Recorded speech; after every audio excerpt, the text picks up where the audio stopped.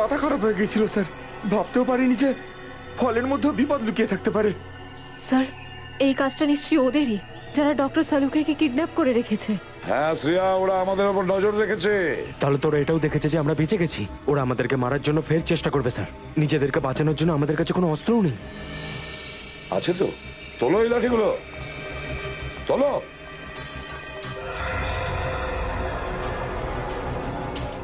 এবার দেখবো।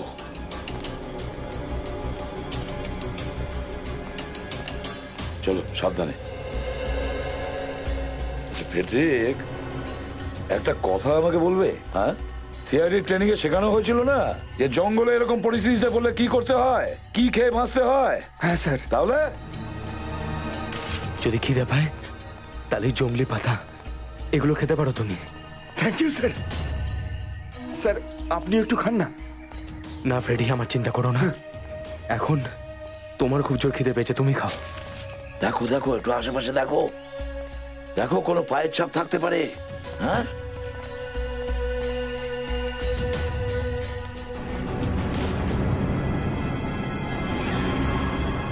এটা কি?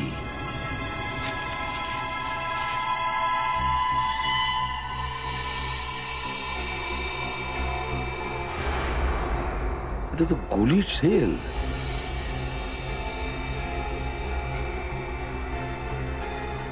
স্যার, এই সেলগুলো দেখতে তো খুব অদ্ভুত ধরনের। সেটাই তো, এটা তো অনেক পুরনো দিনের মনে হচ্ছে, পুরনো দিনের।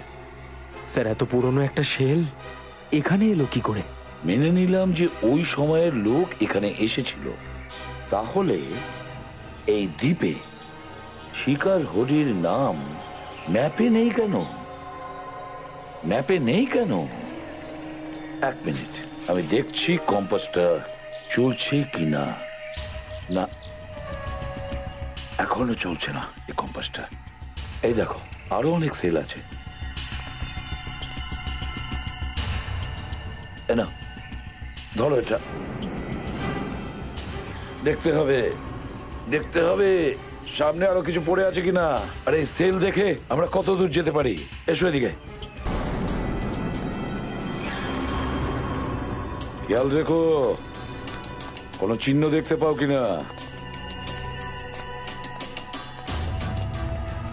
স্যার, হ্যাঁ গুলির শেল আর তো দেখতে পাচ্ছি না। হ্যাঁ ফ্রেডরিক, মনে তো হয় তাই।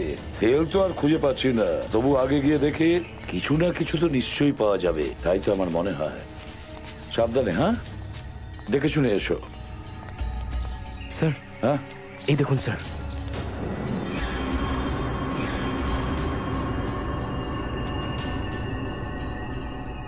এটা তো টাটকা রক্ত।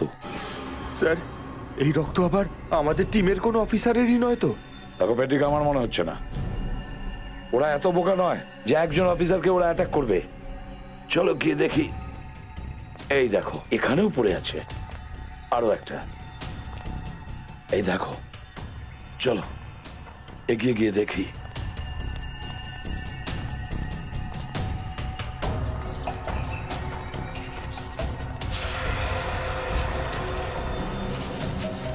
ওই দেখো, লেটস গো।